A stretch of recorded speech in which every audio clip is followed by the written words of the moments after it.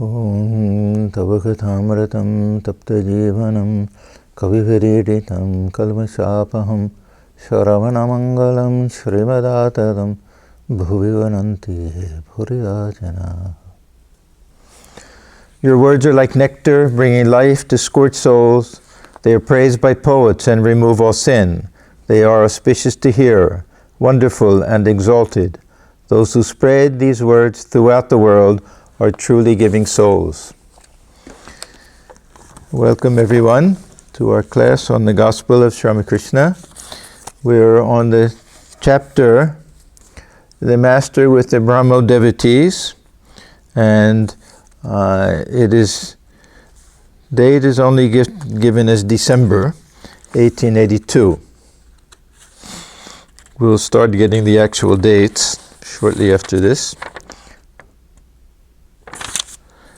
This is the very end of that chapter, page 161, for those who are following along. It was afternoon. The Master was sitting in his room at Dakshineshwar with M and one or two other devotees. Several Marwari devotees arrived and saluted the Master. They requested Sri Ramakrishna to give them spiritual instruction. He smiled. Now, everything has a little bit of significance. We'll see a little bit later. The Marwari community in Calcutta at that time was, of course, a business community, and they were generally wealthy people, and they came there for trade and to make money. But Thakur praised them very much for being real Hindus, he would say, because they followed a lot of the traditions and things, and were good, pious people. But Thakur always felt that those who made their money through buying and selling and profit and everything, that they had to be a little calculating. And sometimes he even said, if you work in an office, it means you have to tell lies, which sometimes it wasn't that they had to, but if they wanted to be successful, sometimes they had to be compromising about the truth and things like that. So smiling a little bit, because he knows that they're holding on very strongly to the world as well as trying to realize God. So these Marwari devotees, they came, they appreciated Sri Ramakrishna, and he appreciated them. But it was this thing about their making money that was always lurking in the background. We'll see a little bit of that here. Master to the Marwari devotees. You see, the feeling of I and mine is the result of ignorance. So whenever he answers a question, Thakur answers a question, we can see what is lurking behind the answer, because the answer is sometimes not very clear why he gives that particular answer. Spiritual instruction, he could say repeat the name of God, he could do so many things. But now he knows that he's talking to people that have a lot of money and that will have some attachment to their wealth and possessions. So he's emphasizing this idea, the feeling of I and mine. So I earn so much money, I have so much possession, I have so many houses, I have so many different things. So this is the thing that he's emphasizing for them, because he feels that this is probably the instruction that they need. But to say, O God, thou art the doer, all these belong to thee, is a sign of knowledge. Now, this I and mine business, if this I is an egotistical I, and this mine is a possessive mine, that I own these things, they're mine, they're not yours, you can't have them, then of course they're very harmful. From a philosophical point of view, it means that I've identified this self with this active ego, number one. And number two, I've identified myself with the body. If I can possess something, say I own a house, I live in a house, that means the body lives in the house. So there has to be some identification with the body. So from a Vedantic point of view, this I and mine is a bad thing. From this egotistical point of view, with pride, it's a bad thing. Thakur will say there's a certain point of view, a certain devotional point of view, where it's a good thing. I am like Hanuman. I am Rama's servant. I can do anything at his command. I can leap across the ocean. this kind of thing. And he belongs to me, he's mine. This type of I and mine on the devotional path can be a good thing because it cuts away this other I and mine. Thakur had this theory, a very beautiful theory, that the very same attitude redirected can take care of the attitude which is an obstacle. So this is that idea of the two thorns. The very same thorn that removes the other thorn. So the very same I and mine, if it's directed towards God, and if it's I am the child of God, I am the servant of God, proud to be a servant of God, proud to be in Swamiji's army, a soldier in Swamiji's army, proud to be a devotee of Thakur and Ma. Then this cuts away this other type of I that's proud of having money and name and fame and all of that. It's the remedy for it. Thakur talks about this hinche type of green, that other types of green leafy vegetables, spinach, they'll cause bile. This not only doesn't cause bile, but it reduces bile. It has the opposite effect. It'll remove it. So this is one way to remove those things. The other way, of course, is to say everything belongs to God. And I am nobody. I am nothing. I do as God makes me do. Of course, a very difficult attitude. But Thakur will emphasize that side now.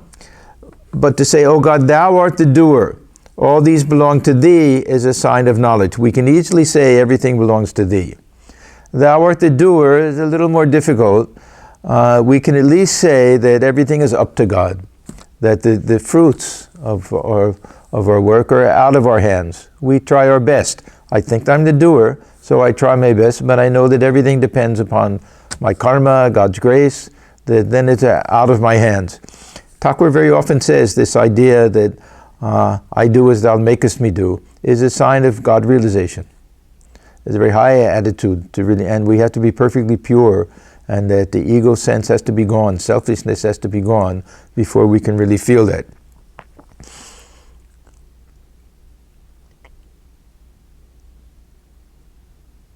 So he says, you see, the feeling of I and mine is the result of ignorance, but to say, O God, thou art the doer. All these belong to thee is a sign of knowledge. How can you say such a thing as mine? The superintendent of the garden says, this is my garden. But if he is dismissed because of some misconduct, then he does not have the courage to take away even such a worthless thing as his mango wood box. Whatever we own, if we really do, even if we really do own it, we don't take it with us. We don't own it for such a long time. Either we'll lose it or it itself will disappear. So we shouldn't have pride in this ownership business. This is mine. Everything is very temporary. I remember a nice illustration that Swami Sarvagatanandaji used to give. He said that suppose we're on a train, in India, local train. That means that people get off and on very quickly. They'll get on one stop, they'll get off the next stop. But the conductor comes each time and he'll go up to somebody sitting in the seat and he'll say, is this your seat? And the person will say, yes, this is my seat. And then this other man is watching. He has a long journey. And he sees that man gets off, another person gets on. And the conductor says, is this your seat? The woman says, yes, it's my seat. So each one says, my seat. But what does it mean to have it? Even to own a house, what does it mean to own a house? There's a deed, there's a paper that we sign. Perhaps the bank really owns it. We have a big mortgage. And then we didn't have it before. We may sell it one day. So this idea of ownership and possessing things is all very temporary, and there's nothing very tangible about it except in our own minds. In our own minds. It's mine, you can't have it. You'll have to fight me for it. It belongs to me. And it belongs to me, as I say, we have to have this conception of ourselves as physical beings. That's the sense of ownership. Even the sense of ownership with this physical body is something false. Do I own this body? I dwell in this body. Now Thakur is giving that illustration like the maidservant in the rich man's house. Here he says superintendent of the garden. We have the opportunity to serve and to look after things. This in the Catholic Church is called stewardship. We're stewards of the earth. That means that we get to look after it. We don't own it. We get to look after it and make sure things are done nicely and in some ethical, moral way, and preserving the value of the earth itself, but we don't own it. So the superintendent of the garden says, this is my garden, but if he is dismissed because of some misconduct, then he does not have the courage to take away even such a worthless thing as his mangowood box. Anger and lust cannot be destroyed. Okay, now, why is he switching over to this? Because in the beginning, he's really talking about this pride. So pride and ego. So now he's going through some of the other passions and obstacles in spiritual life. They cannot be destroyed. Turn them toward God.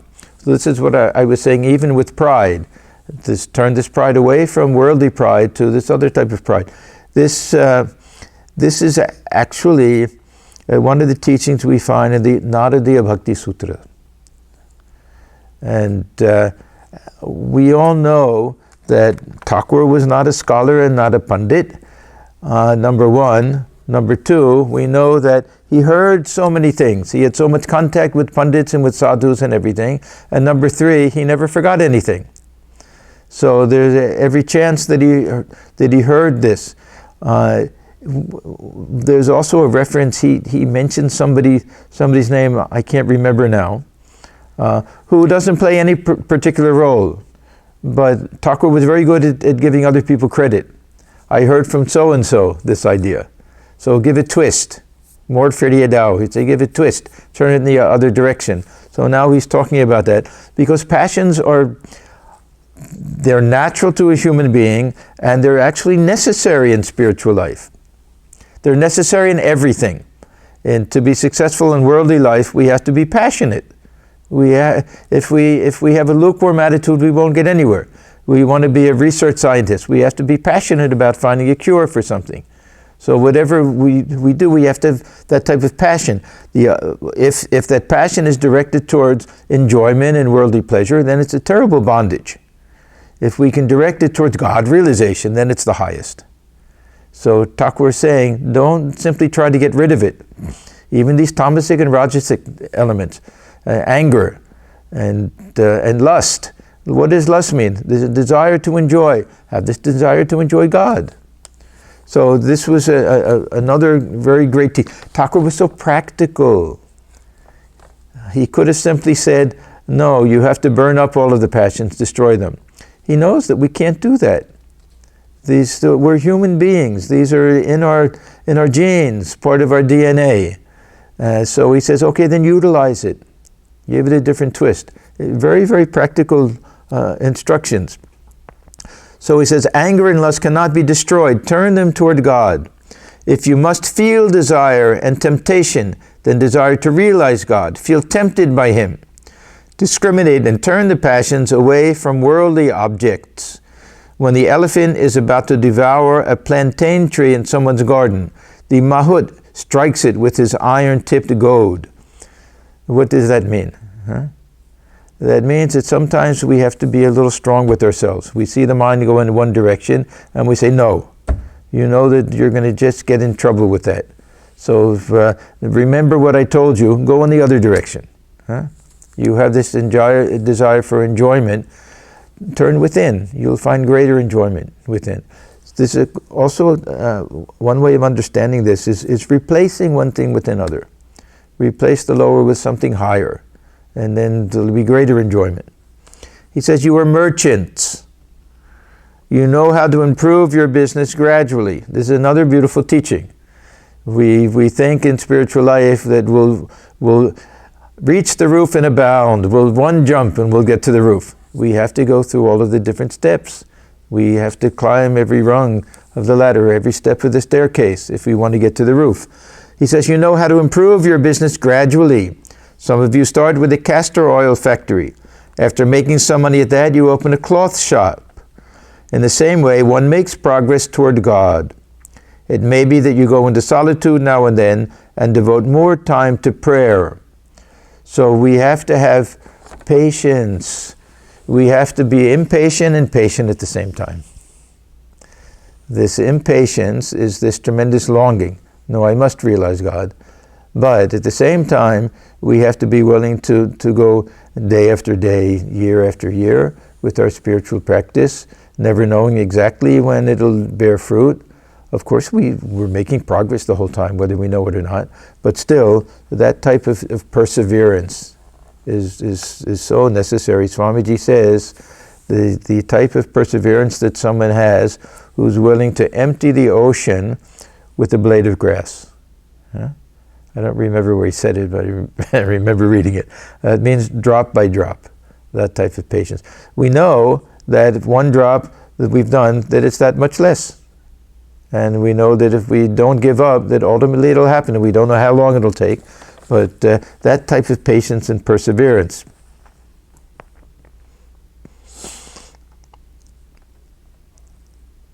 So he says, it may be that you go into solitude now and then and devote more time to prayer. So if we're impatient, then what do? We increase.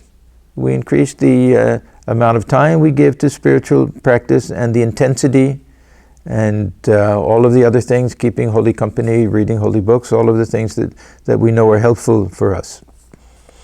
But you must remember that nothing can be achieved except in its proper time.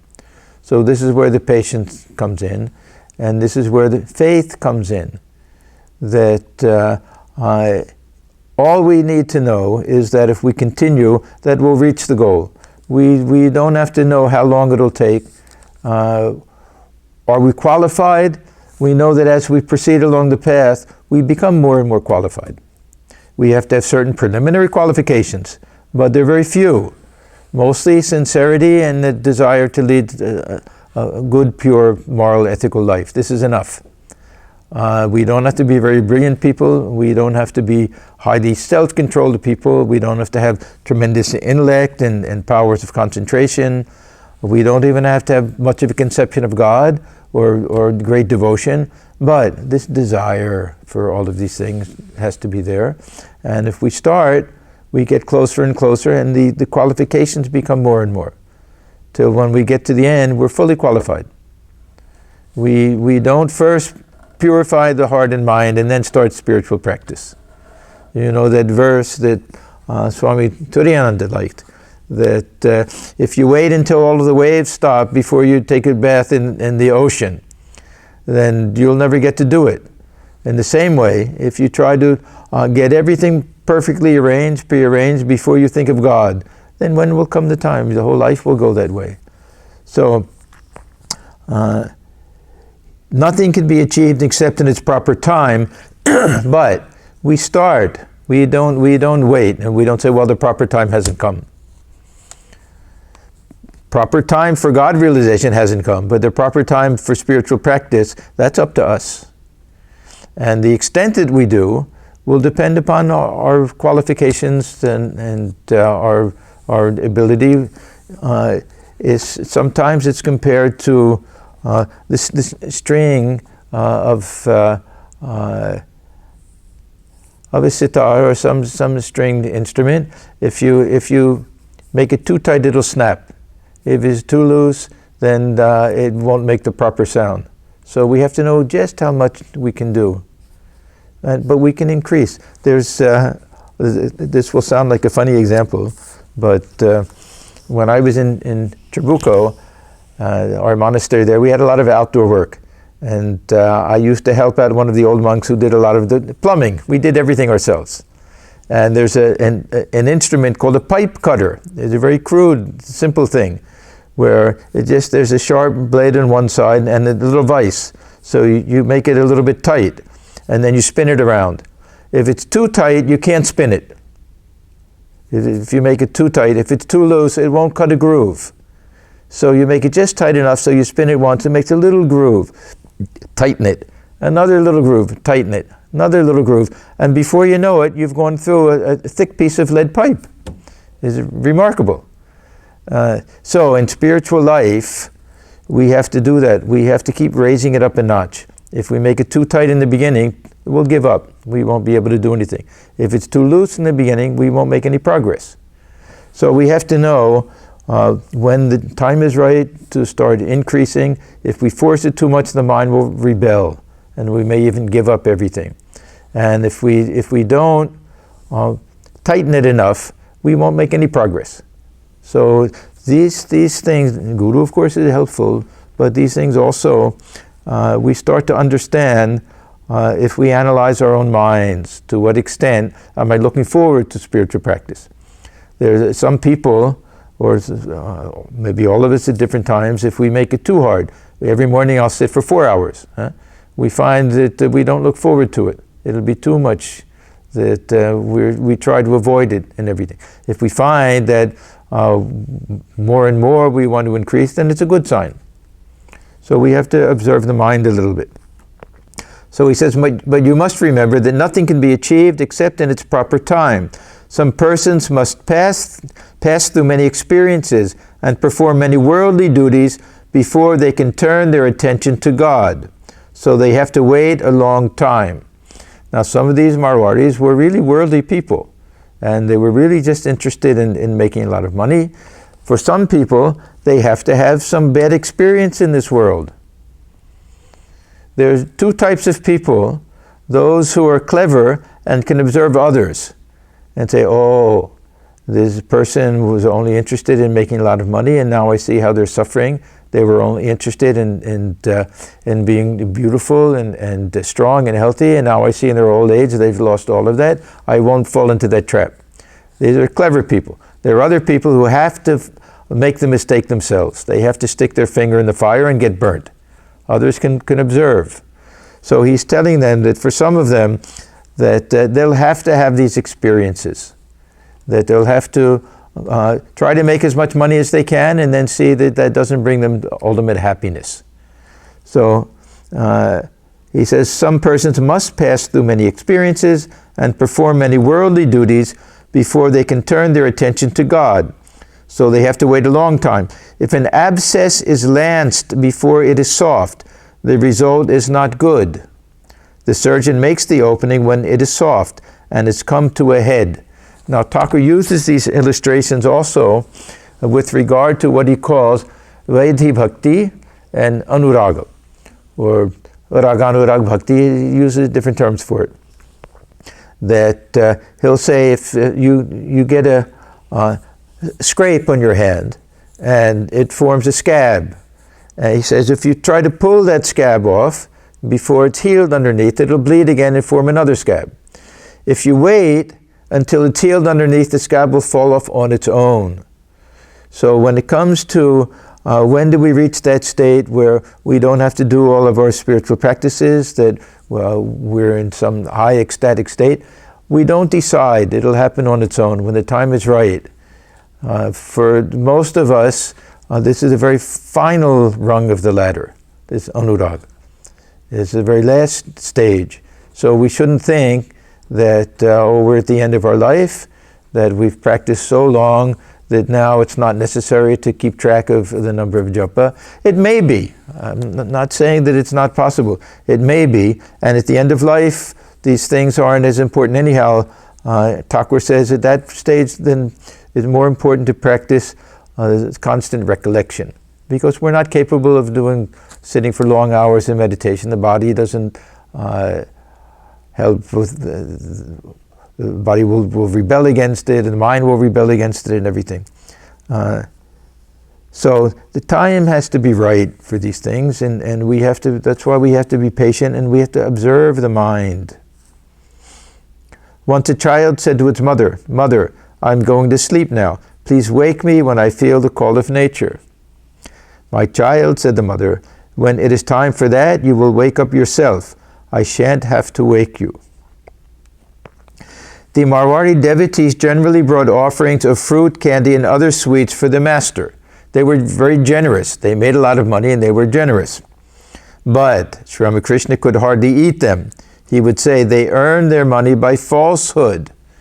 Now, we shouldn't be too hard on these Marwari devotees. For Thakur, even this idea that you buy something a little bit cheap and you sell it a little bit expensive, making profit. This is what people do in business. There's a little bit of falsehood to that. He's not accusing them of doing illegal things or anything, but this is maybe profiteering, you might say, or a little hoarding and things go into it. Not that they're bad people, but he's saying they earn their money by falsehood. I can't eat their offerings. He would not allow even the devotees to eat any of the things that were given. He would say, you save them till Naren comes. This is how much of a high opinion Sri Ramakrishna had of Narendra, Swami Vivekananda, and his ability to digest anything. Not in a physical digestion, but whatever was there that could have some adverse effect on anyone. Swamiji had that burning fire of knowledge that could burn up everything, and Thakur felt that he won't be affected by anything. So he would save these things for Narendra. He would take these things, it wouldn't affect him. Now, we also have to understand that these were great souls and very sensitive people. For us, if we start analyzing it each and every time that I'm going to a restaurant, this waiter has given me this food, this chef has cooked this food, are they bad people? Will it have some negative effect on me? Then we'll go crazy. And we're not at that level of yogis that we can be affected by these things. This is a very high state. Swamiji says in one place, there are 3 defects of food. This isn't just his idea. 3 defects. I probably won't remember all of them. One is the natural defect, that the food is not well cooked, something like that. And one is who cooked it, and then who touched it, different things like that. He said, we worry so much about the other things, that who has cooked it, who has touched it, all of this, and we don't pay any attention to whether it's healthy food or not. He said, for ordinary people, that's more important. So we shouldn't be fanatics about this. At the same time, that it's not a bad idea to cook for ourselves or have our loved ones cook for us, those who we know are doing it with devotion and love. I'm not saying there's no effect for these things. People who are constantly just eating out in restaurants and everything, probably the value of that food is not the same as something cooked with devotion. The best thing, of course, is food that's been offered. Then we know there's something sacred about that. He said to the Marwaris, you see, one can't strictly adhere to truth in business. So this was his point. Not that they were the only ones who were raising the profit and telling lies, but they were business people. There are ups and downs in business. Nanak once said, I was about to eat the food of unholy people when I found it stained with blood. Okay, now again, this is Guru Nanak. He was a great soul. So we shouldn't be so particular about these things. A man should offer only pure things to holy men.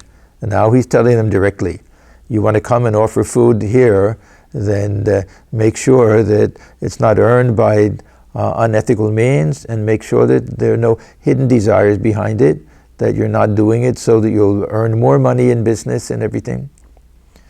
You remember Ishan asked Ramakrishna to pray to the Divine Mother that he'll get this big position. And Thakur, he said, what a mean-minded thing that is, to pray to the Mother for something like that. At least he was honest and asked Ramakrishna, not that he bought something and gave it to him with that desire behind it. He was honest and everything.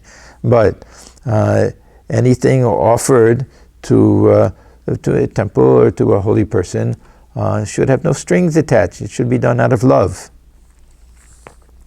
A man should offer only pure things to holy men. He shouldn't give them food earned by dishonest means. God is realized by following the path of truth. One should always chant his name. Now we're getting to a spiritual practice. Before this, it was all about you watch what type of life you're leading. Let it be a good, pure, ethical type of life as far as possible. You're business people. It's not possible to just give things away without earning money, without making a profit. But at least pay some attention to these things, and don't give anything with a hidden desire behind it.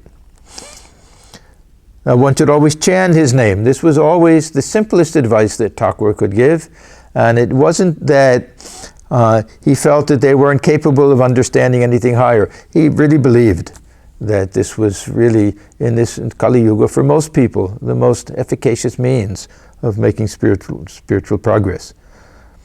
Even while one is performing one's duties, the mind should be left with God.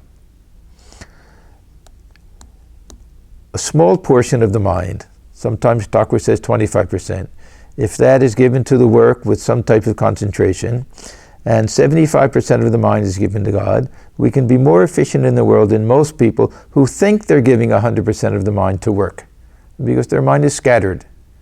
A small portion of the mind, if it's concentrated on the work, can do it. The rest of the mind, not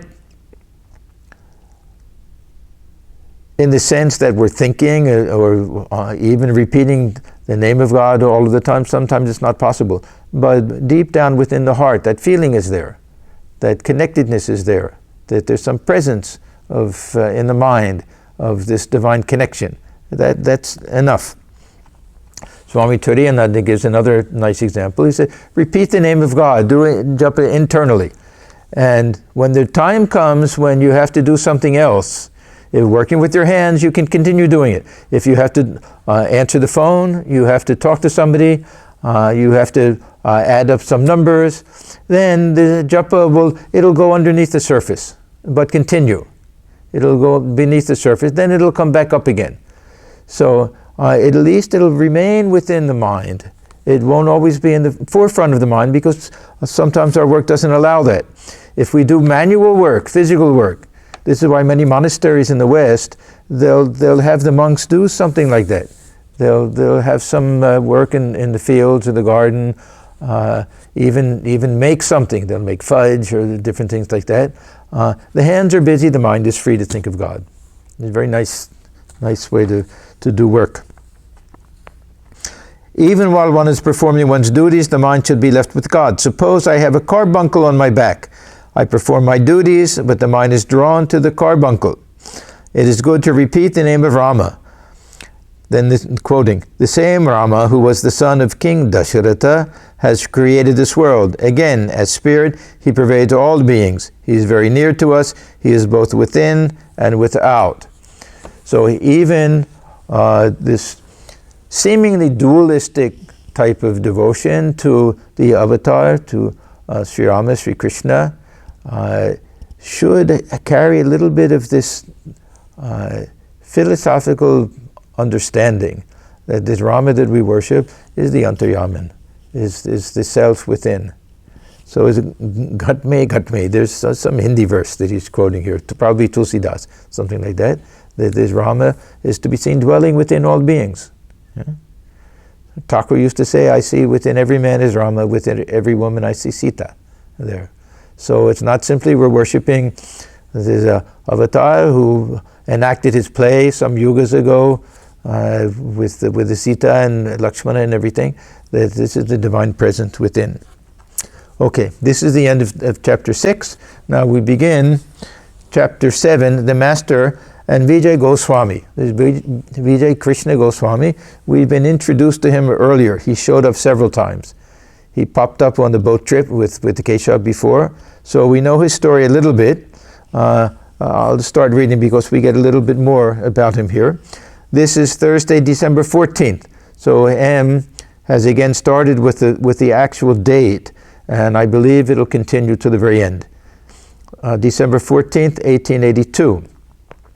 It was afternoon. Now, Thursday is not usually a day that any of the householder devotees will come. M is there for some reason on that day. We don't know why.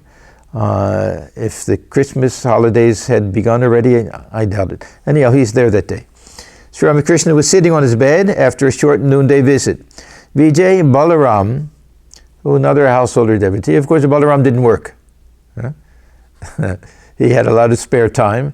They were wealthy people with the landholders, zamindars and everything, and he was given a small parcel of land that people lived on and got some money, rent from that, so he didn't really have to work, so he was a little bit free. So Vijay, Balaram M, and a few other devotees were sitting on the floor with their faces toward the Master. They could see the sacred river Ganges through the door. Since it was winter, all were wrapped up in warm clothes. Vijay had been suffering from colic and had brought some medicine with him. Vijay was a paid preacher in the Sadharan Brahmo Samaj. This was the branch that separated after the so-called scandal regarding Keshav and the marriage of his daughter. So when they split, he was also upset with Keshav to a certain extent. And he was hired, it was a paid position, which paid very little. So he didn't earn too much money. He was a family man at that time. So he was a paid preacher in the Sadharan Brahmo Samaj. Sometimes they call the general Brahmo Samaj. But there were many things about which he could not agree with the Samaj authorities. So he couldn't agree with Keshav's side because some principle. There was a principle involved that they had decided on the marriageable age of girls, and that Keshav had married his daughter when she was a little bit too young, so there was a principle involved. There's another dispute. It's not really a dispute. It was a temperamental thing. This idea that they weren't allowed to go to any temple that had an image. They thought of it as idol worship and bow down and do some things which were very standard Hindu things. So he didn't really quarrel with them over that, but there was a little something in the back of his mind. He didn't feel quite right about it. So it says he could not agree with the Samaj authorities. He came from a very noble family of Bengal, noted for its piety and other spiritual qualities. He was a Goswami. The Goswamis all traced their ancestry back to one of the companions of Chaitanya Deva. This is the tradition. Generally to Advaita Goswami. That's what he came from, that family.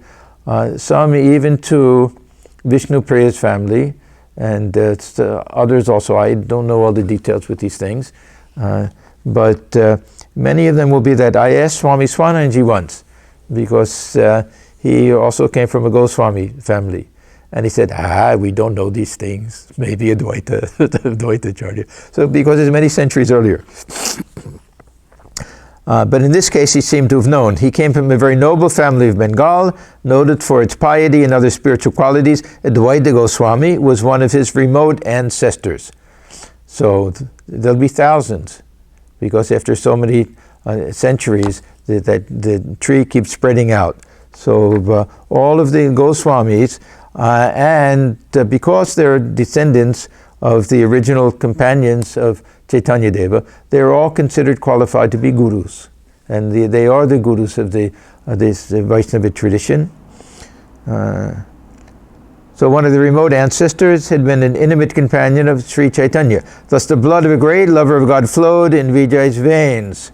Now Thakur always felt that this wasn't just a hereditary thing, it was a samskaric thing.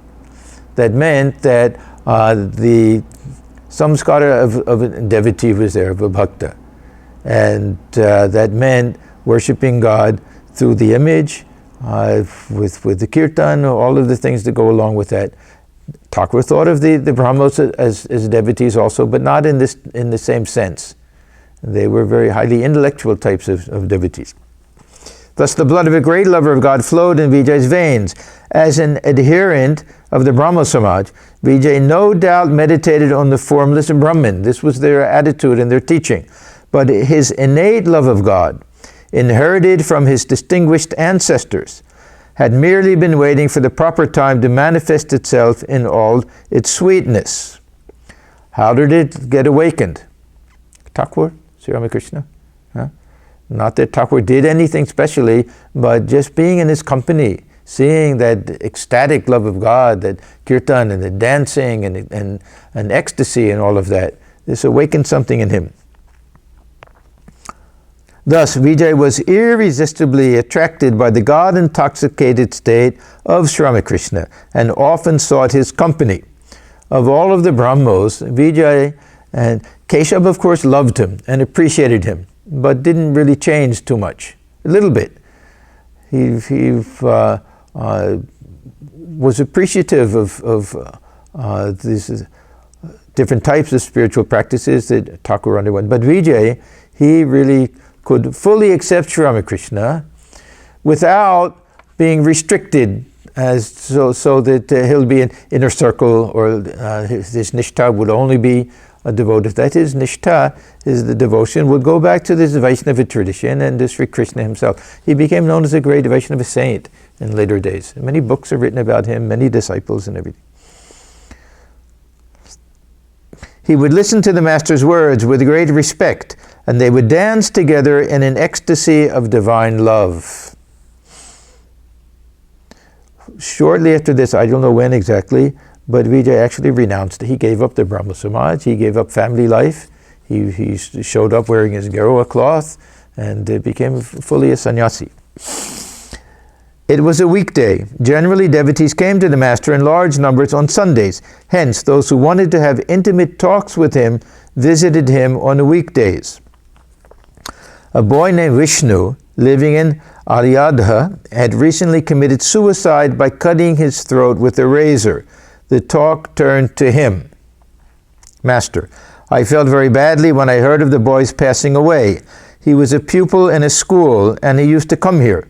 He would often say to me that he couldn't enjoy worldly life. He had lived with some relatives in the western provinces, and at that time used to meditate in solitude in the meadows, hills, and forests.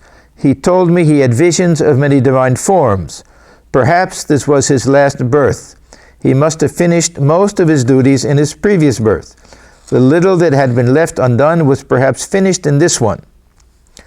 One must admit the existence of tendencies inherited from previous births.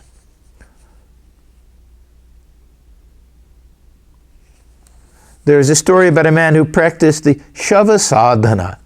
This is a type of tantric practice where you actually sit on a corpse and you do your meditation and other things there. He worshipped the Divine Mother in a deep forest. First he saw many terrible visions. Finally a tiger attacked and killed him. Another man, happening to pass and seeing the approach of the tiger, had climbed a tree. Afterwards he got down and found all the arrangements for worship at hand. He performed some purifying ceremonies and seated himself on the corpse. No sooner had he done a little japa than the Divine Mother appeared before him and said, "My child, I am very much pleased with you. Accept a boon from me." He bowed low at the lotus feet of the goddess and said, "May I ask you one question, Mother? I am speechless with amazement at your action. The other man worked so hard to get the ingredients for your worship and tried to propitiate you for such a long time, but you didn't condescend to show him your favor. And I, who don't know anything of worship, who have done nothing, but who have neither devotion nor knowledge nor love, and who haven't practiced any austerities, am receiving so much of your grace." The Divine Mother said with a laugh, "My child, you don't remember your previous births. For many births you tried to propitiate me through austerities. As a result of those austerities, all these things have come to hand, and you have been blessed with my vision. Now ask me your boon." Then the devotee says, "I'm frightened to hear of the suicide." I wanted to address just a little bit this question of suicide for a number of reasons. One is that probably almost all of us know of at least one person who has either committed suicide or tried to commit suicide. And we read very often, Thakur will refer to it, that this is a sinful thing, or if not a sinful thing, that the soul has no place to go, that it can be torturous type of thing. Now here Thakur is saying that there may be cases where there was only a little karma left. This is not to be considered real suicide. So I wanted to just address it a little bit because it's a very complex issue. It's very complex and a very sensitive issue. I have no expertise in any of this. I'm giving my own personal feeling, having thought about it quite a bit, and having seen people who have to live with the suicide of a loved one. And as I say, it's extremely complex because all different types of emotions come. First, the feeling of loss, terrible feeling of loss when someone commits suicide. Second, a little element of guilt. Is there something that we could have done that would have kept this person from doing it?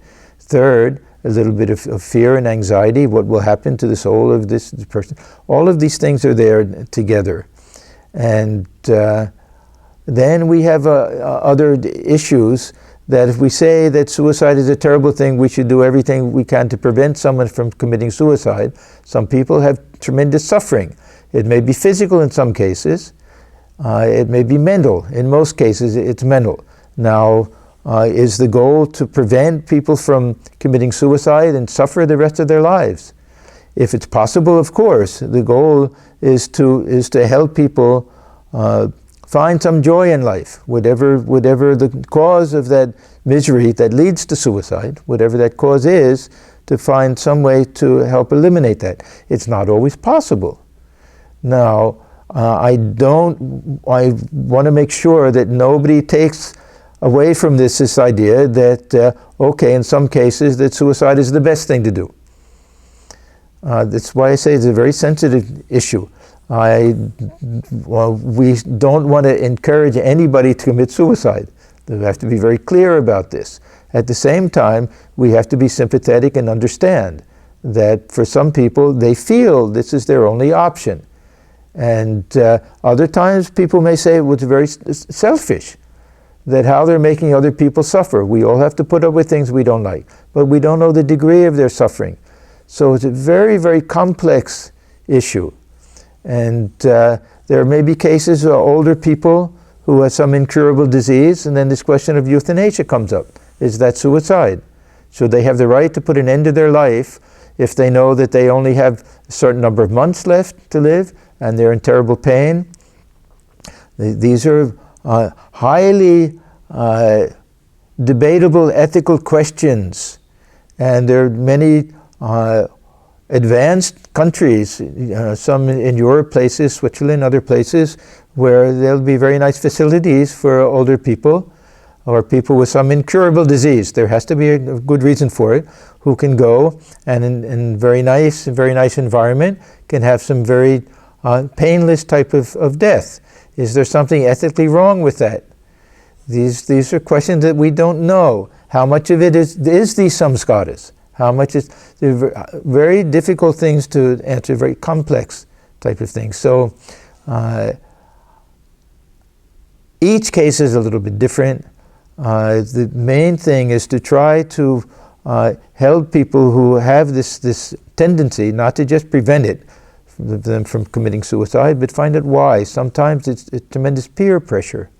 Many countries, especially Asian countries, Japan, Korea, like that, India to a certain extent, there's tremendous peer pressure for kids to excel in school and everything. If they don't get into so many places, they don't get into the highest university or something, they'll commit suicide. There was one film, what was that film? 3 Idiots, about so much pressure that it's not uncommon for those who didn't make the cut, who couldn't get into the school they wanted to commit suicide. And a little bit, I won't say that it was looked up upon, but a little bit of saving face and something slightly admirable, a little bit, to this type of suicide. In some countries, Japan especially, it can be something that people will look upon it with a little bit of respect. I read recently, I don't know what the exact statistic was, but recently, maybe the past month or something, more people died of suicide in Japan than from COVID-19. So it's a big problem, and depression itself is a big problem. These things, we have to deal with these things very rationally, take professional help whenever possible. Try to look at it from a spiritual point of view, and try to look at it with tremendous compassion, that we shouldn't blame the people who commit suicide because we don't know the extent to which they're suffering. And when it's so great, then these other considerations, well, other people suffer because of it. They become helpless to even think of these things. So I don't want to belabor the point. But we have to be a little cautious. Every suicide is not meaning that the soul will be in some torturous state. We don't know that. We don't have to think of everything as a great sin, Mahapapa. We don't know that. We don't want to admire it too much, that this is a saving face for the family, this and that. It's a very complex thing. We have to understand that the human life is very difficult, and for some people it becomes unbearable, and we have to have compassion on them. We have to have compassion on ourselves. This feeling of guilt. What did I do wrong? For parents, for siblings, whatever. What could I have done to prevent it that I didn't do? There are some skadas here. There are things behind this that we don't know, and that perhaps this is in somebody's karma. Even we don't know these things. So, to the extent to which we can free ourselves from guilt, freeing ourselves from the sense of loss is much more difficult. That's usually a lifetime thing. And not just suicide, because many of these same issues come from this idea of people who die a violent death or an accidental death. That they also become disembodied beings and ghosts and all of that. We don't know what happens and why these things happen, so we just have to just accept things and move on a little bit. So the devotee says, I'm frightened to hear of the suicide. Master, suicide is a heinous sin undoubtedly.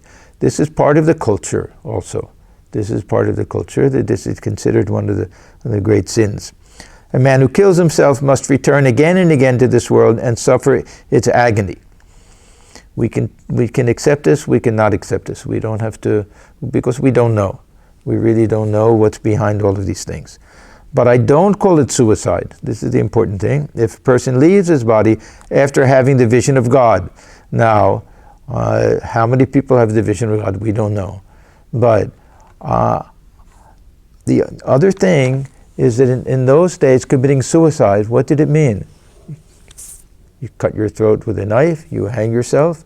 It wasn't simply you can take a bunch of pills and die peacefully. So that also comes into the equation. Does that make a difference? Is it the violent nature of the death with suicide? Or is it just the fact that one takes one's own life, that it's a type of murder? We don't know these things.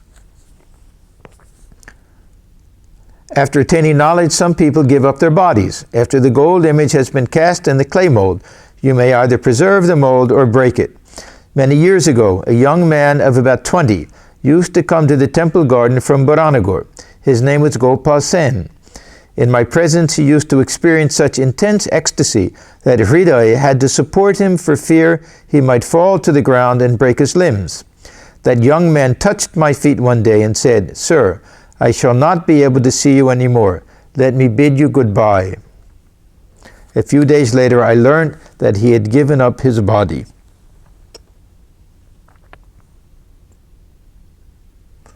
Okay, now we get into a slightly different discussion here about different types of human beings. I think I'll stop here. So this idea of suicide, we don't like to think about it. But in our society with so much pressure, and now so much increased pressure with this COVID-19 and with the isolation that people feel, that this will become a bigger issue nowadays, loneliness and everything. There are different causes for it. And what can we do? We can reach out and show our love and support for those who are feeling that type of depression. But some things are beyond our control. The samskaras are there and the karma is there and everything. So we also have to learn to accept things that come. Okay, so sorry to end on not such a high note, but these things are important to think about, especially, as I say, during this period when there is so much more suffering, this isolation and loneliness, and then also watching other people suffer. How these doctors and nurses and hospital workers and everything go in day after day and observe this, what it must do to their psyche to have to constantly be with people suffering and dying. We owe them a great debt of gratitude for the work that they do. Okay, let us close. Om Niranjanam Nityamananda Rupam Bhaktanukham Bhathura Vikramai Ishavataram Parameshamidhyam Tam Ramakrishnam Shirasa Namama. We bow our heads before Sri Ramakrishna, who is stainless, of infinite nature, whose heart melts in sympathy for his devotees, who is an embodiment of the divine and the Supreme Lord, and ever worthy of our worship. Om Shanti, Shanti, Shanti, peace, peace, peace. One final thing, if anybody does feel this loneliness and isolation, reach out to someone. There are always people willing to help. Okay, thank you all, and see you next time.